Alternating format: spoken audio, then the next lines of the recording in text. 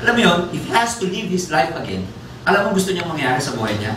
I would have, mas gusto niya, sana nag-commit pa ako ng maraming mistakes ko.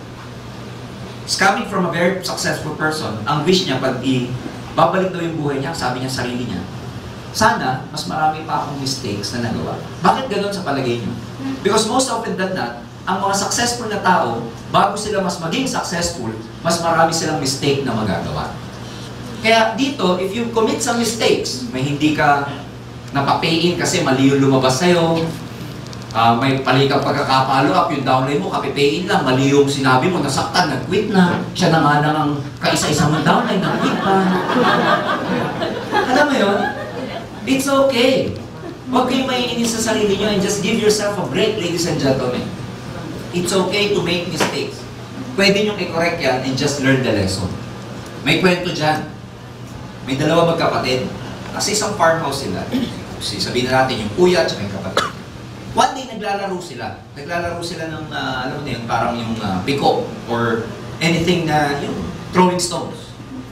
Suddenly, itong nakababatang kapatid, pag-throw niya ng stone niya, tinamaan yung, kasi farmhouse eh, tinamaan yung kaisa-isahang mahal na pato ng lola nila. Tinamaan sa ulo. Patay! Sabi nung bata na yun, naku, yari ako kay lola. So, nakita nung kuya. So, sabi nung batang kapatid, ilibing na lang natin to para, walang makita si lola na trace.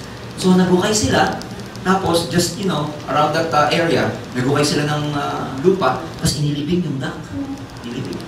Tapos, the following day, nahanap ng lola kung nasan yung pato. Ay ba nakita niyo yung pato? Sabi, hindi po namin nakita lola, hindi po namin nakita. Pero ito, yung nakababatang kapatid, syempre, alam ng kuya na siya yung, alam mo na, nakapatay ng duck. Every time na may errands at saka may chores, yung kuya, pinapasa lagi dun sa kapatid. Magkara sasabihin ng lola, o kuya, maghugas ka na. Sasabihin ng kuya, maghugas ka na, ikaw, yung trabaho ko, ikaw bumaba. Di wala magawa itong bunsong kapatid, hugas naman siya. Pagka sinabi ng lola, oh, kuya, maglinis ka na. Sasabihin ng kuya doon sa kapatid, oh, maglinis ka na, ha? Pag tinuturuto ng lola yung kuya na, may tapo may mga basura, baho-baho na. Sasabihin ng kuya, oh, tapo, etong ngayon, bata, nagre-reklamo na kuya naman eh. Alam mo sasabihin niya, remember the duck. Yan ang sinasabi lagi ng kuya. May utos na naman yung lolo, yung lola, sasabihin na naman niya doon sa kapatid niya, oh, sabihin mo yung bumili ka daw ng suka, sabi ni lola.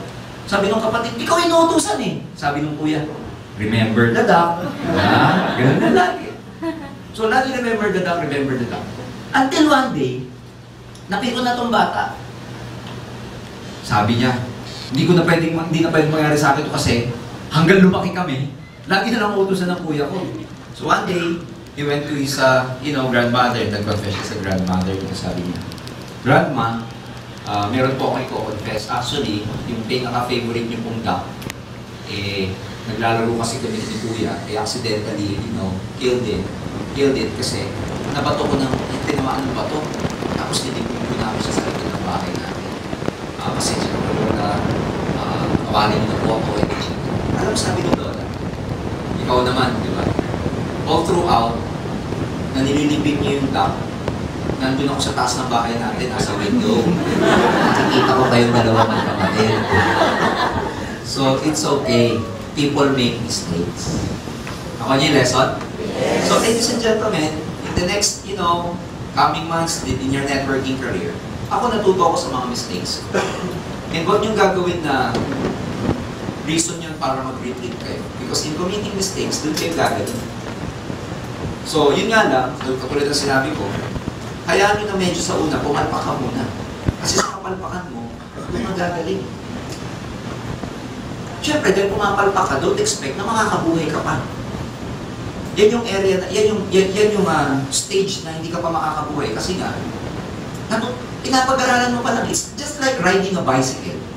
Na pag ikaw natututo pang ng bisikleta, sumakay ng bisikleta, Di ba matutumba ka? Minsan, di mo alam kung saan yung preno, dire-diretso ka sa kahuyan.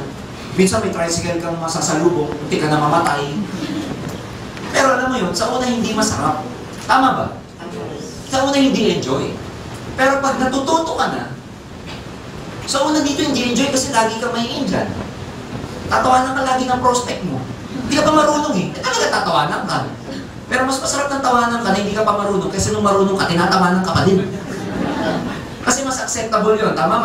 Hindi masakit sa damdamin yung alam mo na di pa ako magaling. Pero hindi mo napapansin doon, pagaling ka pala ng pagaling. Na habang tumatagal, parang bisikleta, ang sarap na. Kasi kada prospecting mo, kada OPP mo, pay-in na ng pay-in. At ang maganda dito, hindi lang isang pay-in.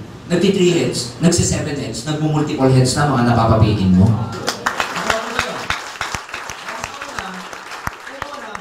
Kasi ganun talaga eh. It's part of it. Bakit ko sinasabi sa inyo to? So that you'll never be frustrated during your first few days, first few weeks here, na hindi pa kayo kumikita, na medyo may mga hindi pa naniniwala sa inyo. Ang mistake ng maraming tao, hindi nila alam yung tinatawag na learning curve. May learning curve eh. That your batting average improves as time goes by. Na gumagaling ka as time goes by. So bakit importante yun? Kasi pagka ikaw, pinag-aaralan mo, in-enhance mo yung skills mo, uma-attend ka na ganito. Remember yung magic word na sinabi ko kanina, yung term na dapat may learning day talaga kayo, lalo na kung nagsisimula kayo. Huwag kayong magmadali na puro ang gusto nyo, pay-in, recruit, etc. Ang unahin ninyo, pagalingin yung sarili ninyo.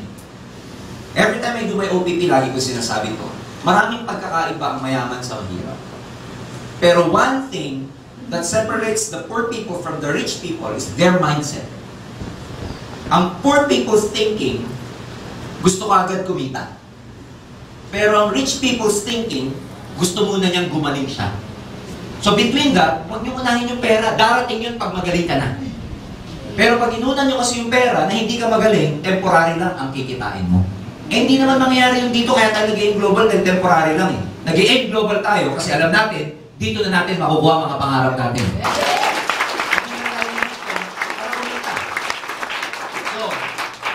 Yung mindset natin before is, you know, it's all about money and money and money. Again, rich people, ang thinking nila, gumaling muna sila, matama muna yung attitude nila, tumama muna yung skills nila. Kaya nga may mga study na, di ba? Yung mga tumama ng loto, naghihirap ulit. Di ba ilang beses na tayo nakarinig ng gano'n? Ilang beses na tayo nakarinig ng isang tao, mayaman, mahirap, nung pinanganak, pero walang ibang mapapagmanahan yung mayamang mga lola at lola sa kanya napunta, na anong ginawa lang ng bata? Ano lang ginawa nung yung nakapagmana? Ginastos, nilustay, wala din. Kasi nga hindi nila na-develop yung skills nila. Again, ang rich people, alam mo, dinidevelop muna nila yung brain nila. They get as many information as they can kasi ang alam nila, dapat bago unahin ang sikmura, inuuna muna ang utak.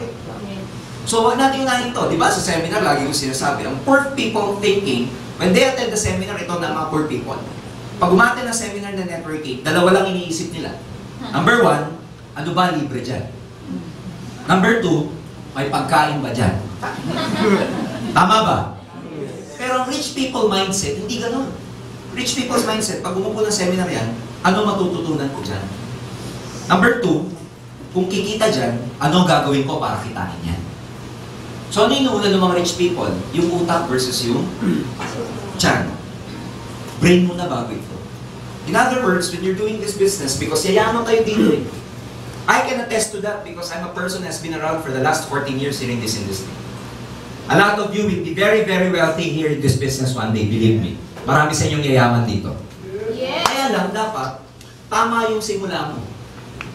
Tama yung simula. Ulitin ko pagalingin niyo muna yung sarili niyo. Huwag mo na yung kita. Okay yung kumita, temporarily. Pero madali na yung kitaan pag tama po ang foundation ninyo. So get as many information as you can. Attend kayo ng maraming training. Ang maganda dito, yung information, hindi nyo lang makukuha yan dito sa AIM Global. Marami na pong write-ups ngayon about networking. Mag-google lang kayo about networking. Ang dami nyo mababasa. Go to National Bookstore, Power Books, etc. Ang dami nyo mabibiling libro about network marketing. And kailangan yun eh. Alam mo, to a lot of you, pwede nyo isipin na bakit nyo pa kailangan gawin pag-aralan and etc.